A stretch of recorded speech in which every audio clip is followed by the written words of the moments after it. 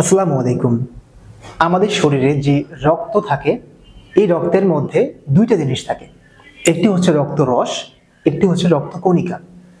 আর এই রক্ত রস থাকে 55% আর রক্ত কণিকা থাকে 45%।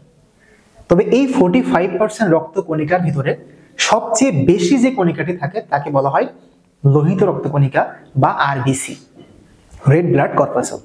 আজকে আমরা সেই লোহিত রক্তকণিকা নিয়ে কথা বলবো, যার পরিমাণ 4 থেকে 5 মিলিয়ন পার কিউবিক মিলিমিটার। অর্থাৎ আমাদের শরীরে সবচেয়ে বেশি যে রক্তকণিকা থাকে সেটি হচ্ছে আজকের আমাদের আলোচনার বিষয়। এখন চলো এই লোহিত রক্তকণিকার কাজটা আমরা একটু দেখে নিই।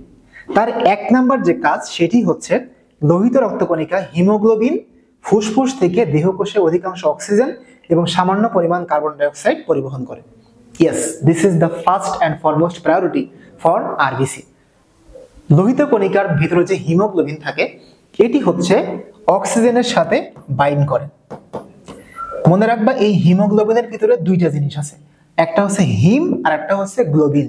এই হিমটা হচ্ছে আয়রন Fe, আর গ্লোবিনটা হচ্ছে একটা প্রোটিন বা একটা আমিষ। তাহলে এই যে আয়রন, এই আয়রনই মূলত এই অক্সিজেনের সাথে বন্ধন গঠন করে। আর এক মজার বিষয় হচ্ছে একটা আয়রন একই সাথে 4 জন অক্সিজেনকে ঘাড়ে নিয়ে যাইতে পারে। অর্থাৎ একটা হিমোগ্লোবিন কিন্তু 4 জন অক্সিজেনের সঙ্গে বাইন্ড করতে পারবে, বাইন্ড করে তারা অক্সিজেনকে রক্তে পৌঁছে দেবে। এখন এই অক্সিজেন হিমোগ্লোবিনের মধ্যে থাকার কারণেই হিমোগ্লোবিনের সাথে কিন্তু নিউক্লিয়াস থাকে না। এটা তোমরা মনে রাখবা যে আমরা তো জানি যে পরিণত লোহিত রক্তকণিকায় নিউক্লিয়াস থাকে না, তার কারণ নিউক্লিয়াস হচ্ছে অক্সিজেনকে বার্ন করে। এখন এই হিমোগ্লোবিনের কাজ তো অক্সিজেন পেরিফেরিতে প্রত্যেকটা কোষের ভেতরে পৌঁছে দেওয়া। যদি তার নিজের ভিতরেই নিউক্লিয়াস থাকতো তাহলে কিন্তু সে ওই অক্সিজেনটাকে ব্যবহার করে ফেলতো, তখন সে পেরিফেরিতে আর অক্সিজেনকে সাপ্লাই দিতে পারতো না। এই জন্যই নিউক্লিয়াসটা এখানে থাকে না। এখন এই অক্সিজেনটা গেল, তারপর দেখো এই অক্সিজেনটা প্রত্যেকটা কোষের ভিতরে নিয়ে যাবে। তারপরে এই অক্সিজেনের উপস্থিতিতে এখানে যে জৈব রাসায়নিক প্রক্রিয়া, খাবার দাবার তৈরি হবে, সেখান থেকে কিছু বর্জ্য পদার্থ আসবে যাকে বলা হয় কার্বন ডাই অক্সাইড। এই কার্বন ডাই অক্সাইডকেও আবার এই হিমোগ্লোবিন বাইন্ড করে নিয়ে আসে কোথায়? আমাদের রক্তে। অর্থাৎ রক্তের মাধ্যমে নিয়ে আসে হৃৎপিণ্ডে, এবং হৃৎপিণ্ড থেকে সেগুলো আবার নিয়ে যায় ফুসফুসে। ফুসফুসে নিয়ে ফুসফুসে আমরা কি করি? আমরা বাতাস বাইরে থেকে গ্রহণ করি, অক্সিজেন গ্রহণ করি, আর কার্বন ডাই অক্সাইডটা বের করে দিই। তাহলে এই যে বের করা কার্বন ডাই অক্সাইড সেটা কার মাধ্যমে আসে? হ্যাঁ, এটা হচ্ছে এই হিমোগ্লোবিনের মাধ্যমে বাইন্ড করে প্রত্যেকটি কোষ থেকে আমাদের ফুসফুসে এসে ফুসফুস দিয়ে বাইরে বের হয়ে যায়। আর এই কার্বন ডাই অক্সাইড যখন হিমোগ্লোবিনের সঙ্গে যুক্ত হয় তখন তার নাম হয় কার্বোমিনো হিমোগ্লোবিন।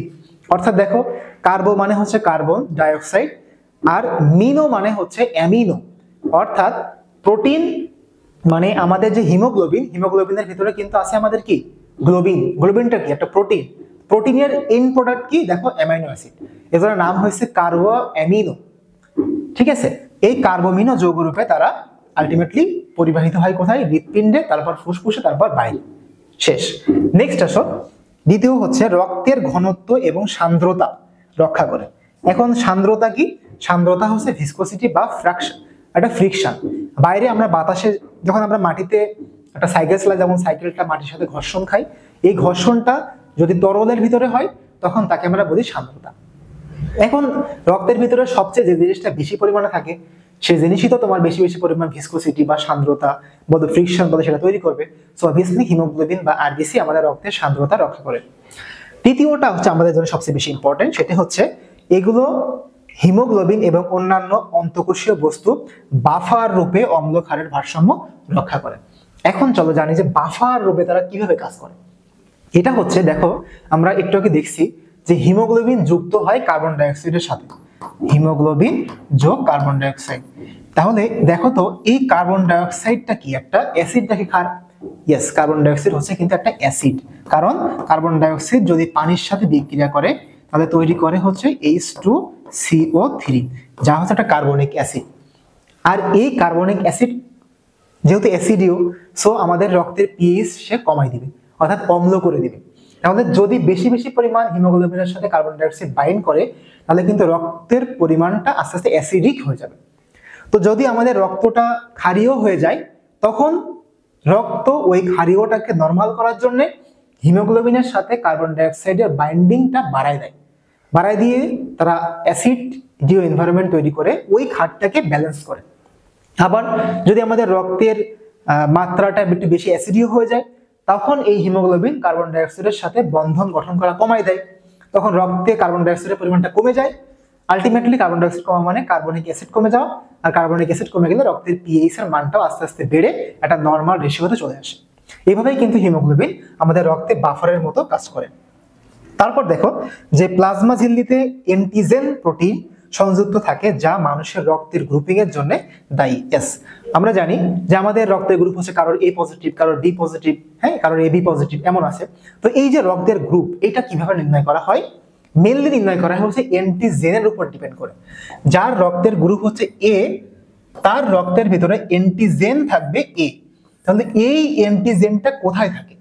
হ্যাঁ, এই অ্যান্টিজেনটা থাকে এই যে প্রত্যেকটা আরবিসি, এই আরবিসির মেমব্রেনে, এই আরবিসির সারফেসে এইখানে এই অ্যান্টিজেনটা বসা থাকে।